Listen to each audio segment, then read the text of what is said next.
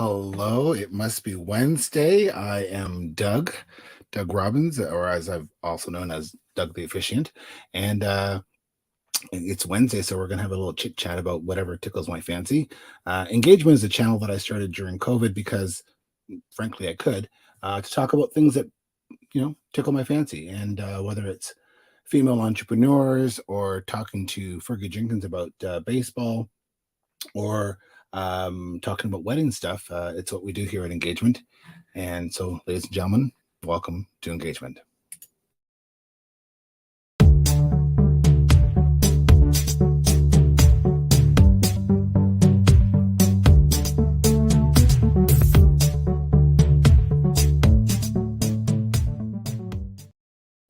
So I get this question all the time. You've probably heard this story before if you've been following along. We are now actually in season 4, episode 3, if you can believe it. Doug, you're a wedding officiant, and your show is called Engagement, and you marry people that are engaged. Is there some sort of correlation there? Well, coincidence or coinkydink, whichever you want to call it. Yes, I marry people. I'm a wedding officiant. I'm a proud entrepreneur, and yes, engagement means to come together and to meet and to chit chat. And I'm a curious individual to ask questions. I love to meet new people. Some say I have the gift of gab. I do like to chit chat a bit. So engagement was born, and I get to talk to people that either interest or inspire me. It's a place that is a safe spot. No politics. Although those that know me know that I'm a little judgy. There's maybe some judgment, but there's definitely no politics. So we keep it light, we keep it interesting, and we hope that you learn something while you're here. So this month we've been talking, because it's February, about Black-owned businesses. And being a Black entrepreneur myself, I think it's very important that we talk about Black-owned business. And it's been a bit of a passion project for me to highlight and showcase other Black-owned businesses in the area. Not that they're any more important than any other business. Small businesses are very important. They're vital to every economy, no matter where you're at. So right now, we just happen to be focusing on some Black entrepreneurs. So today's show, which is our third in the episode series, it's a little unique. We typically put on 2 guests, and away we go. And we have a little sippy and a little chit chat, and it's all fun. Today, unfortunately, one of our guests isn't on. They had a tragic family loss in the last 24 hours, and they couldn't make it here. And I'm speaking particularly of Rikki and Ray Butler. Rikki's dad passed away rather quickly, and so we send our condolences to them. So I am their proxy, and they sent over some stuff for me to try. Oh, I like bacon, right? So look at that. It's a bacon-laden donut. So we'll try those in a little bit. But first, we do have someone in the green room to talk to. So we're going to bring in one of our entrepreneurs tonight, and that would be Stephanie Simmons. Stephanie is the proud owner of Sugar That and Fiercely Myself and Dimples Decor. So let's bring Steph in. Hey, Steph. Hello. How's it going? Oh, good. How are you? Good. Your background is spot on because that's what you do for a living, so it looks great. I try. I'm still working on it. It's not one of those like green screens, right? No, it's real. There's a TV. I wouldn't have a TV probably. If you turn your head and your ear disappears, I know it's not. So yeah. See? Well, there you go. See, it's real. It's real. So welcome. You are entrepreneurial at heart. I think you probably always have been. For those that don't know, Stephanie has 3 businesses going at once, that's a lot of balls in the air, girl. It's crazy. So tell us about the business and tell us how they started. Like, how did this all happen? Well, Doug, you really introduced me to the entrepreneur world. I don't know if you remember. I do remember. I was not an entrepreneur before then. Well, yes, maybe you just hadn't fostered it.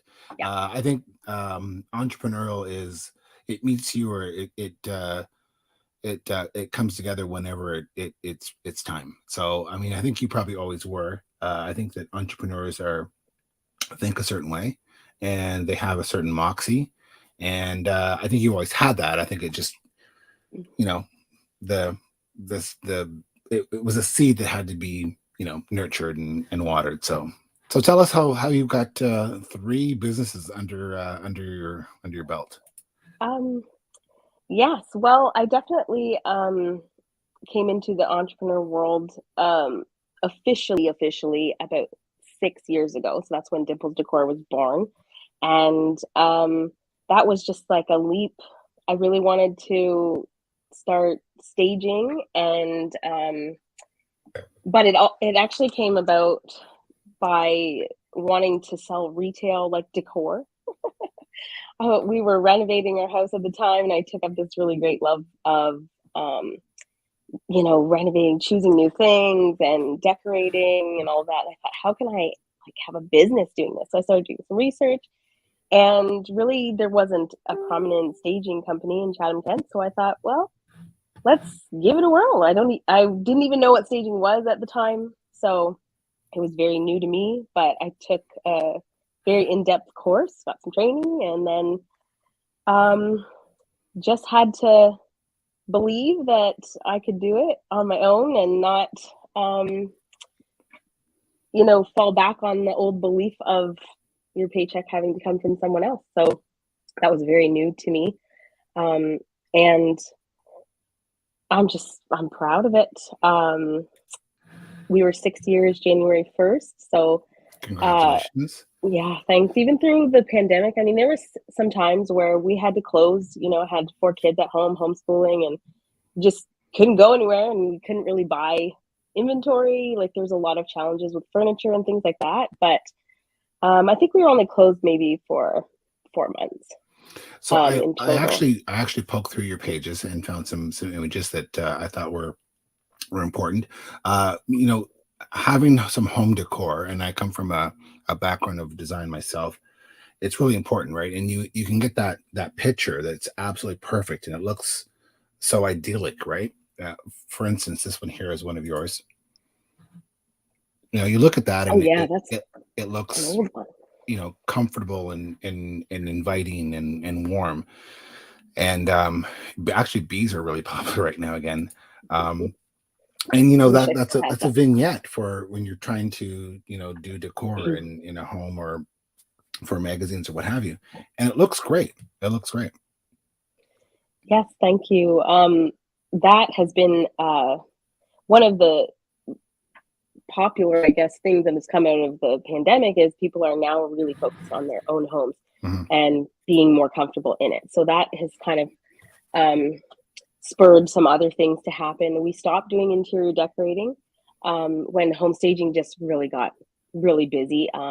Interior decorating kind of took a back seat, and there's so many great local interior decorators, interior designers, and I wanted to just kind of step out of their way and let them do what they're really great at. Cool. And I wanted to focus on home staging, so that's the direction that went. So, I mean, COVID has taught us a lot of things. It's taught us to.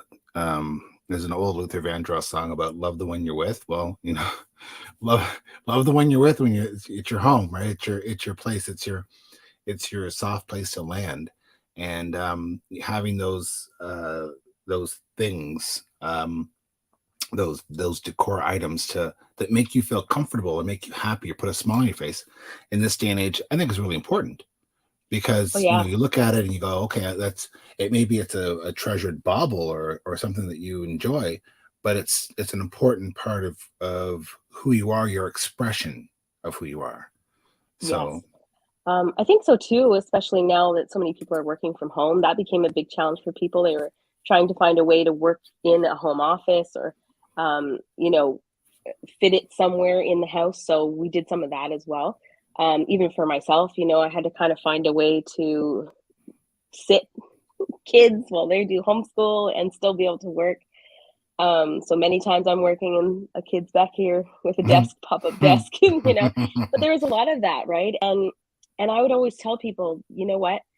you're stuck kind of at home right now. There's nothing you can do about it outside of your control. So pick a corner, pick a space, and just make it your own. Put some pretty things in it, and help with Right. that. But that really, like, I know for myself, if I didn't have this office, I don't know, I'd lose my mind. I need that space where it's mine and I can decorate it the way I want Yep. to. It's a defined space to do your work in, because I don't Yeah. call it working from home. I call it living from work. It's Mm, a well-known fact that right now, at least now, the new numbers aren't out for the COVID period or for the pandemic, but in the past, when you worked from home, you did 13% more work. You gave 13% more of your time over and above your regular day. So if you have a work environment and that's your spot, and you want to make sure that you can, if you need to think creatively, or if you need to have that quietness or whatever, those soft edges, having someone like yourself come in and define that for you and make it feel like it's yours. And then you can, like, don't touch this. This is my yeah. space, and I want to keep it Hmm. like this, right? So there's definitely a marker there for that. Yeah. I think too, once people do it, they realize, like, man, it feels so much better to even want to, like, work. I Yes. mean, everybody wants to work, right? But I mean, it's a different space, right? And you can't necessarily do that outside of your house in your other office or whatever. So that's been another kind of a fun upside to it, is you can Mhm. kind of do what you want, within reason, obviously, if you have to have a Yeah. backdrop or whatever. But Yeah.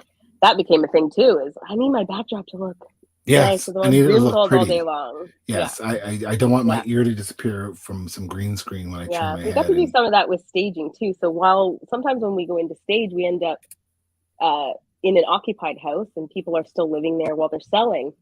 So we get an opportunity to kind of show them what we can do with their current stuff. And they're just like, why do we do this when we moved in here as opposed to when they're selling, right? yeah. So lots of that.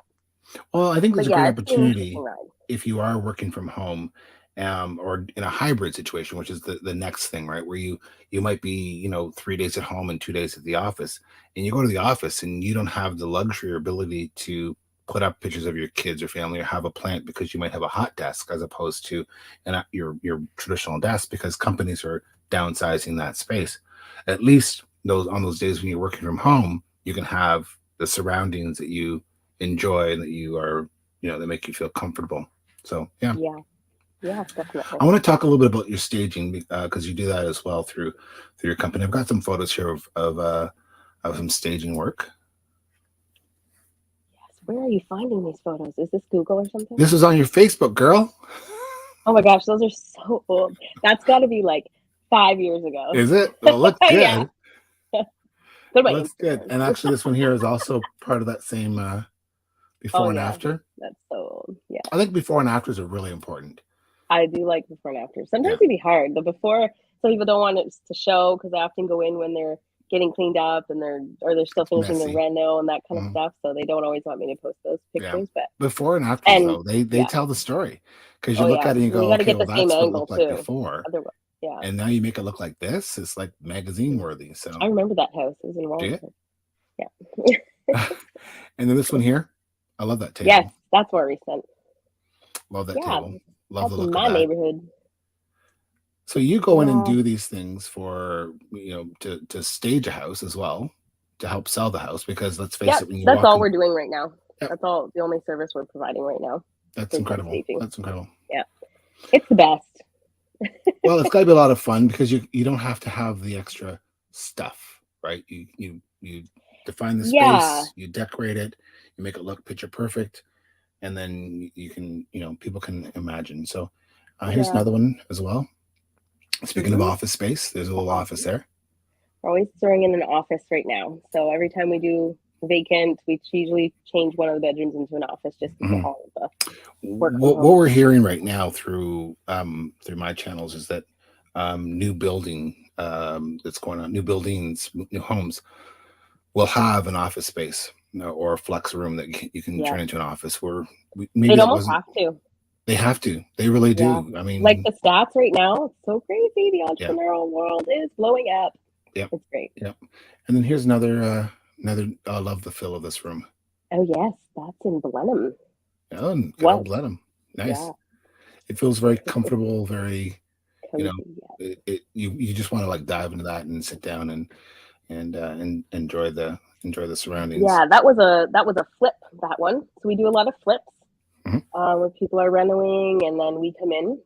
But we do a lot of where people are kind of just getting out of our way. So they're still living there and we are going in. So we do consults and we tell them what to pack and what to leave out and sometimes working with their stuff. So often that can be somewhat of a challenge because you often will have to incorporate their furniture or their decor. So that is one of the times where I have to be most creative, is to be able to see what I have to pull in to match with what they've got and Mhm. still make it look cohesive and comfortable and attractive. Well, and I think sometimes too, dusting off those treasures maybe they forgot about, right? Oh Those yeah, little I'm things in that they closets. have that they forget that are of value. Like, I'm a big sucker for glassware, and people just pile it up, and it's a big stack of glassware, and they don't realize that they got some really cool stuff in there. And if you bring it out, dust it off, and showcase it, it's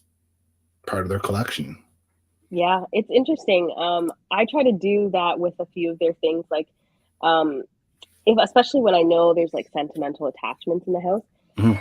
And you can tell when you're going through and doing a consult, people are somewhat reluctant or to pack things up. You can tell how they feel about things. So really is a lot of listening to, and somewhat, counseling them along the way a little bit because it's a traumatic event, right? They're Mhm. leaving their home. Sometimes they don't even want to. Sometimes, it might be a couple selling their parents' home or whatever it is.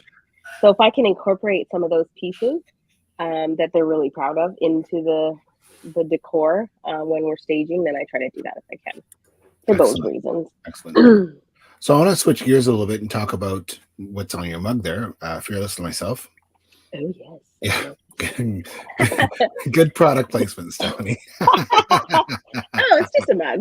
tell, Yeah, tell no. me about it and how it happened. I want to know.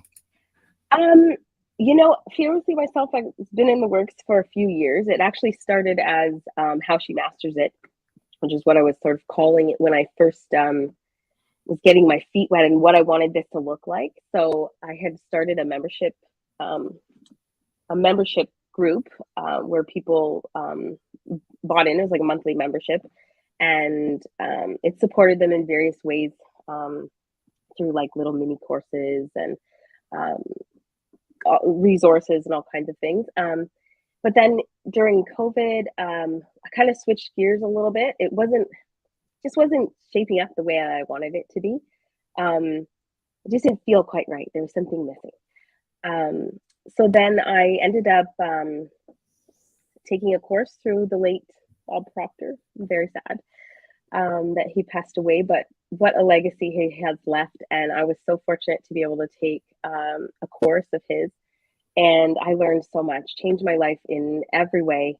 Um, whether people see it or not, I know that I'm changed. And uh, that really was the missing piece.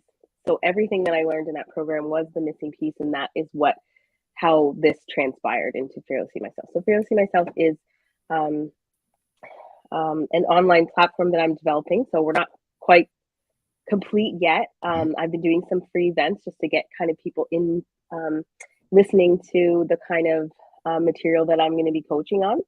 And then I'm going to move into selling some programs for people to come in and coach with me. So who So, was the coach? I missed the name. Bob Proctor. What? Okay, that's it. Sorry. I'm going to send you some stuff. Yeah. If it was Martha Extremely. Stewart or Oprah Winfrey, I'd I know. mean, like, just type And in if Bob either Proctor and Oprah you'll be or like, Martha oh, are I know watching, that please let me guy. know.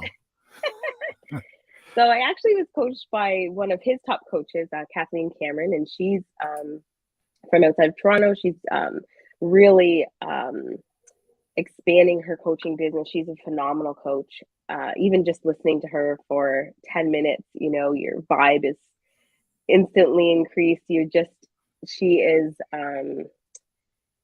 just so influential. I love the way that she coaches. So excuse me, had the pleasure of coaching one of her programs. So It's called Millionaire, and it will be available very soon. And that'll be one of my first programs that I'll be coaching on. And then the whole platform of Fearlessly Myself, I have huge plans for it, of course. It is a brand, so it is really the name of it came from a chalkboard I have in my hall.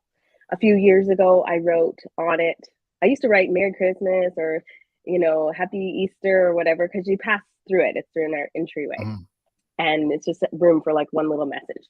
And one time, it wasn't a holiday, so I wrote "Fearlessly Be Yourself." I had saw it somewhere, and I wrote that on the chalkboard because I wanted all my kids to see it all the time.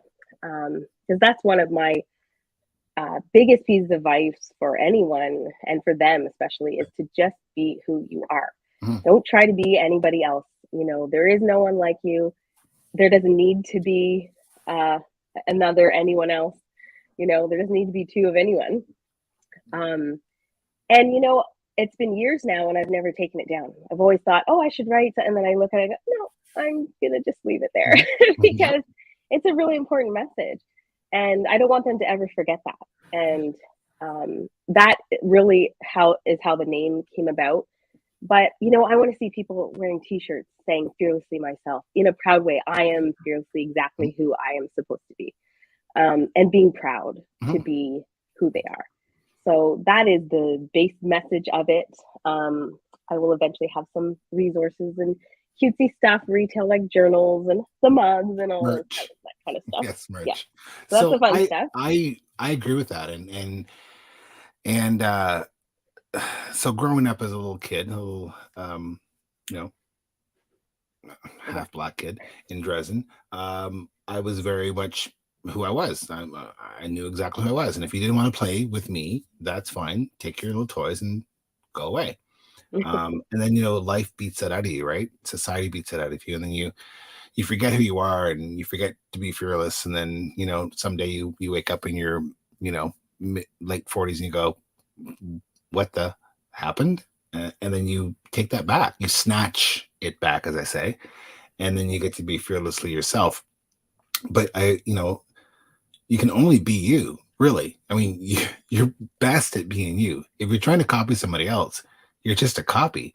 And coming from the photography world, knowing that if you make a copy of a copy of a copy of a copy, each one gets slightly lighter, the lines are blurred, and so it's just be yourself. And that's hard for people, to be comfortable in their own skin, because they want to people please, or they want to fit a certain mold or look a certain way, and that's exhausting. It's tougher now too than when I was young. We didn't have social media, we didn't have any of that.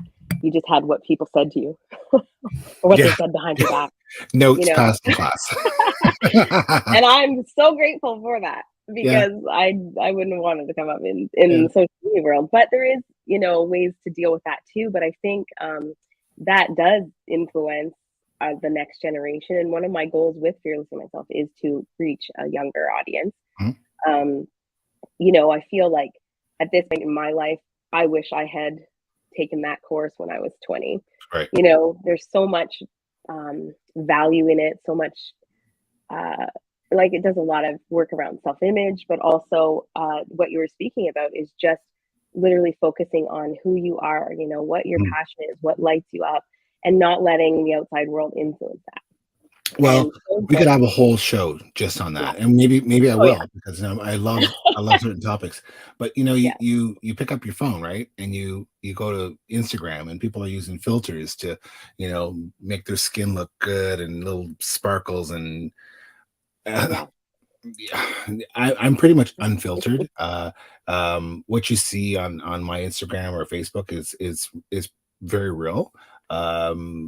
It's if I'm eating a biscuit with gravy, that's what you're gonna see. And if I'm out for a walk, that's what you're gonna see. And I think people are afraid to put that up there in society, because someone might think differently of them. And it's like, but is that important? Yeah. Isn't it more important you think about yourself in a certain way? You were talking about growing up, half black in Dresden. I'm growing up half black in Chatham.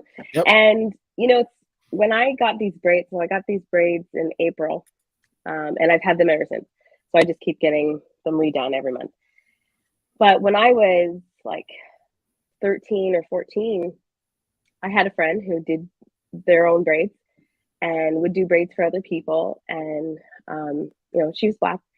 And I said, oh, I'd love to have braids. I really wanted to have braids. And she said, you don't need braids. You've got good hair.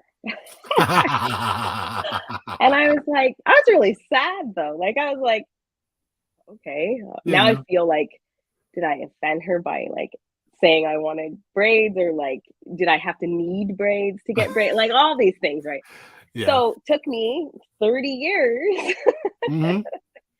to come around and be like, you know what? It doesn't matter. No. I want to have braids. I've always wanted to have them. Hmm. Not like this. I But didn't think that's I was normal, completely right? I wrong. mean, I always wanted to have straight Yeah. hair that would blow in the wind.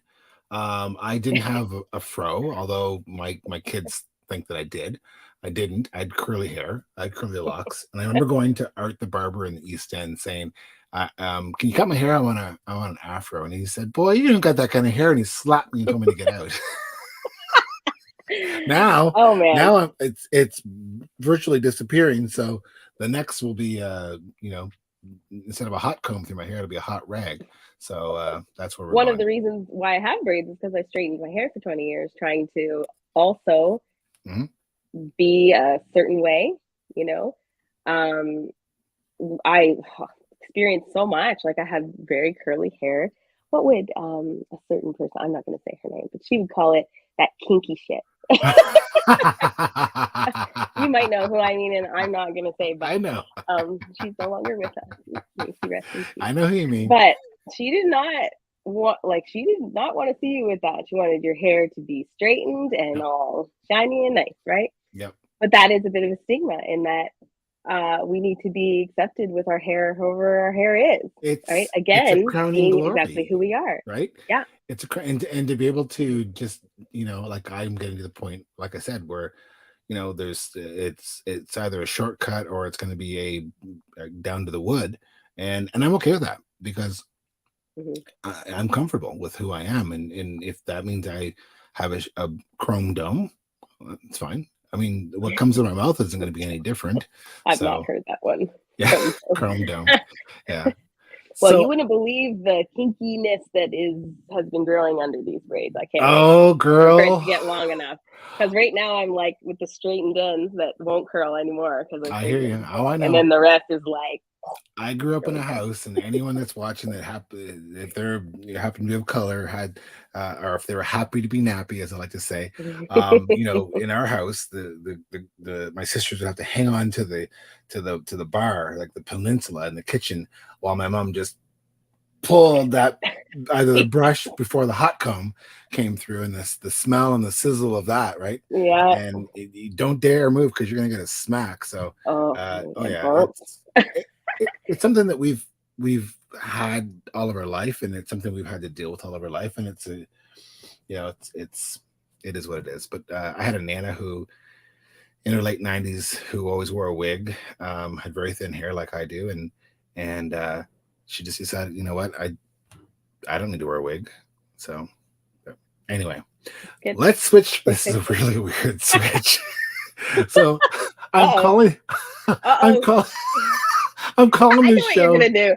Sugar because Uh, of your other business, and the fact that the Sweet Seas cookies is a sugar base. So yeah. um I want to switch gears for a minute. We'll come back and talk about your third business after we Okay. talk a little bit about our absent, unfortunately absent, um, um, other guests. So I'm referring to Rikki and Ray, and they're an adorable couple. I was with them recently, and we took photos for some social media, and they were holding hands, and they're so in love. And they own this store here that they've put their love and energy and blood, sweat, and tears. They work 16 hours a day minimum, and they built this business from a home-based business. And it was, cookie by cookie, cake by cake to get where they're at today. And I really commend them for that because I call that cottage industry. You're working at home and you're building it. So because they couldn't make it today, they graciously sent over some some stuff for me to try. I'm not going to eat it all, but I can tell you right now that I can show you this. There is a plate full of confections, right? So their most popular things, like their brownies are very popular. These are their brownies, and I don't think they're special brownies. I think they're just good brownies. We'll see as the show goes on. The fritter, and if Boozy Susie's watching, she knows I got a line for a fritter and I can't say it on the show, even though I have a PG rating, because Reverend Ron can't say this, but yeah, anyway, great fritter. And this I want to try. This is their cheesecake stuffed donut. And the most popular thing that they sell right now are these cones. This one is filled with also cheesecake. And then they threw in this bacon one that I showed earlier, because me likey bacon. So that should be mine. I'm gonna try a TV bite of some of this and tell you what I think. And I'm a foodie at heart, so I will tell you the truth. So this is the fritter that's stuffed with cheesecake, which is a phenomenal combination.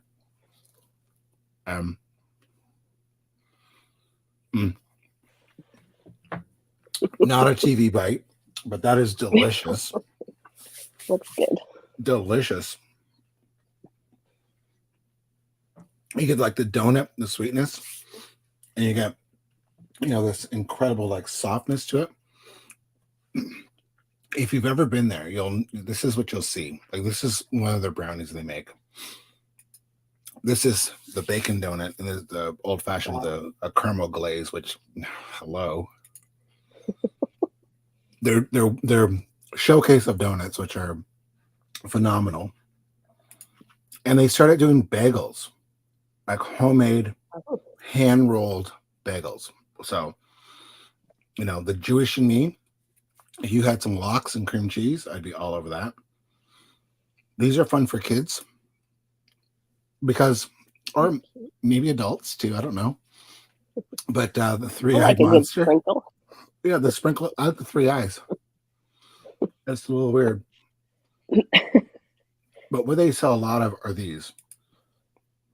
This is a heart-shaped cookie, and it's a big cookie. And I'm reminded of Schitt's Creek, where he gets the cookie, and it's pretty darn good. So I think that's pretty neat as well. Hey, Janet. I know I'm making you hungry. It's just that good. So, and they have other great confections as well. So they also do strawberries. If you're looking for, I don't know if it's healthy or not, but it is a fruit that's chocolate drizzled. And they also do phenomenal cakes. So if you're looking for a reason to buy a cake for someone, that would be it. I want to try two more, and then I'm going to stop eating on camera because it's embarrassing and it's bad. I'm going to try the bacon one, because I love bacon. Oh boy. Oh my. It has a smoky, a smoky sweetness to it. Tender. I have a buddy who loves donuts. When we go to Vegas, that's what we do, a little donut tour. Yeah, that is very, very good. And I bet it pairs well with wine. I bet. I was just going to say It doesn't disappoint. And then last but not least, I'm going to take it from the end, is their cone. So these are stuffed cones. They make their own waffle cone. And I'm making a mess here. And it has cream cheesecake inside. So, how bad is that, right? Also, spectacular. If my mom was watching this right now, she'd give me heck for eating and talking at the same time. But so, check them out, because if you're looking for some sugar some sweets, some goodness. I mean, we have to have a treat every once in a while. It's February. It's cold. It's dark. Maybe, who knows? Maybe you're doing dry February. And if you are, God bless you. So go have a donut. Check out check out Ray and Rikki at they take orders, I assume, and all that. They take orders. They're pretty darn fantastic. So on the whole train of sugar, you have a very unique third business that I'm sure is keeping you very busy. And this is probably going to turn a little bit sideways on us at some point because you know me. And it's called Sugar That. Right? Not sugar this, not sugar y'all, but sugar this. Sugar that. So what's and that name came about during a conversation where I was like, you need to sugar that. So Sugar That is a hair removal business. So, if I get too close to your face I might say, you need to sugar that. Sugar that, yeah. That's a little judgmental, though. Yeah. I don't say it Isn't anymore. there a song about putting sugar on it? Pour some sugar on it, yeah. Put some sugar on it. So you you use the sugar to remove skin. Or no, sorry. No, there's no skin. It's not like waxing. It removes. I have a picture. I pulled this off of your page. Yes. So that brown glob, is that sugar? So that's our sugar paste. So I make it myself. And it's just white sugar, lemon juice, and water. So I cook it on the stove. We pour it into a jar. It has to sit for like 8 hours, and then it's usable as a sugar paste. Of course, it's edible, which makes it all natural and all of those things. Well, that doesn't make it all natural, but it is all natural, which is lots of differences between sugaring and waxing. So the main difference would be there's no chemicals or anything added, and sugaring is a lot more gentle on your skin. So it only removes the dead skin cells. It's more like an exfoliation along with the hair. So unlike your traditional waxing where you're literally taking off thank you. So it wax generally will take off a layer of skin, the live skin cells as well. So we don't want to do that. So a lot of people find the sugar paste to be a lot more tolerable to the skin, so less irritation, less redness, all of those bumps, all those kind of things, right? Yes. So I came across it, I don't know, it's maybe over 5 years ago now. A friend of mine introduced me to it in Toronto, and for a certain personal area. And I found like there's just nothing like it. And you know, like it was such a more pleasant than waxing, wasn't as painful. But also your hair grows back in so much nicer and less and less. So the more people come, their appointments often are shorter, or they just find, less hair grows in and they just love it. So we have, yeah. So my mind goes to a couple things. One, you know that you can go to like the Source or those stores and you buy this looks like a little mini trash can, and then there's this goop and you put it on your keyboard and it picks up all the schmuck. Right? So yeah, no. Do you end up like having this sugar with like little hairs? It's like gagging as he does it. So we use, as you can see in that photo, they have a glove on their hand. So the sugar paste is very sticky. So you would not get it off that glove. The same way that keyboard stuff will like come off the keyboard, it would never come off the keyboard. Yeah, but so, is the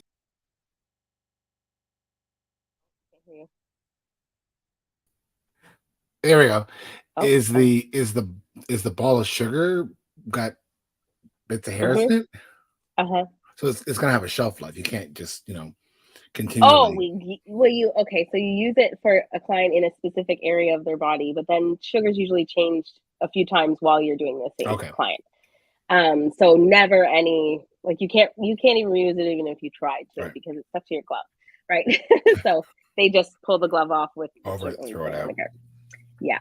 But and then for that reason, they have to change the sugar often because you get a certain amount of hair in it and it stops working properly.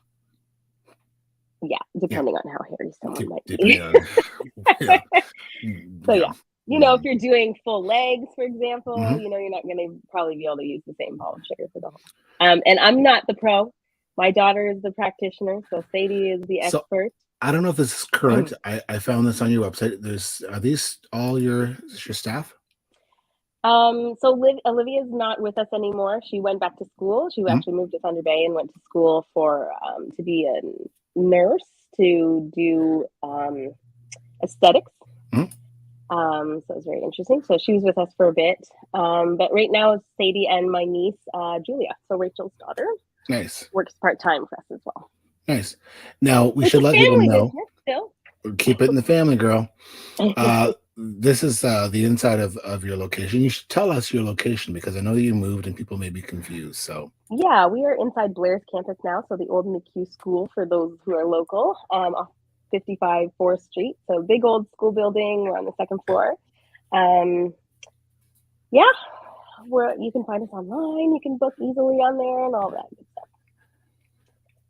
So the big question that I have, and this is where it's going, is guys. I mean, you'll do a guy's back hair, right? To eliminate that. Probably the legs if they want as well.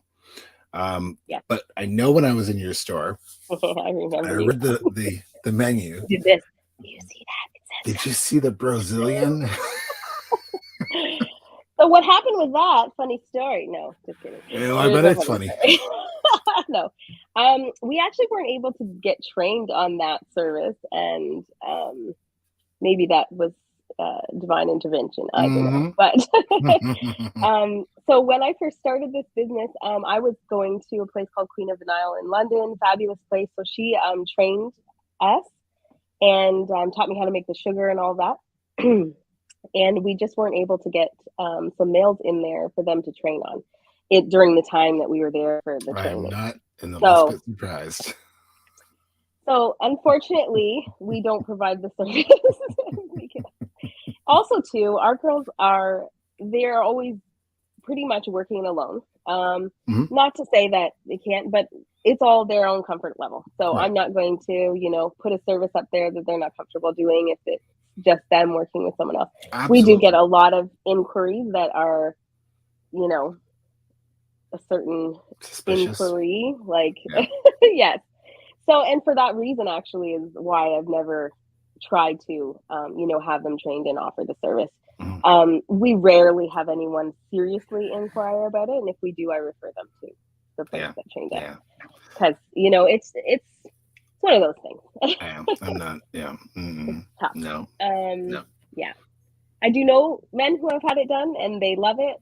They get it done all the time, and I know, but we just can't offer it here, unfortunately. So, but our specialty is the Brazilian. When we were young, honeymooning couple, my wife was doing a home wax, and she put a little bit right here on me, and of leg wax, and then she put the thing on, and then she went to pull it off, and I ran through the house and out the back door screaming like a little girl. So yeah, don't expect me to come in there for that. You can't do men's faces either, so that's not on the menu. Well, because I'm a lot of us black guys have ingrown hairs, and the theory was correct.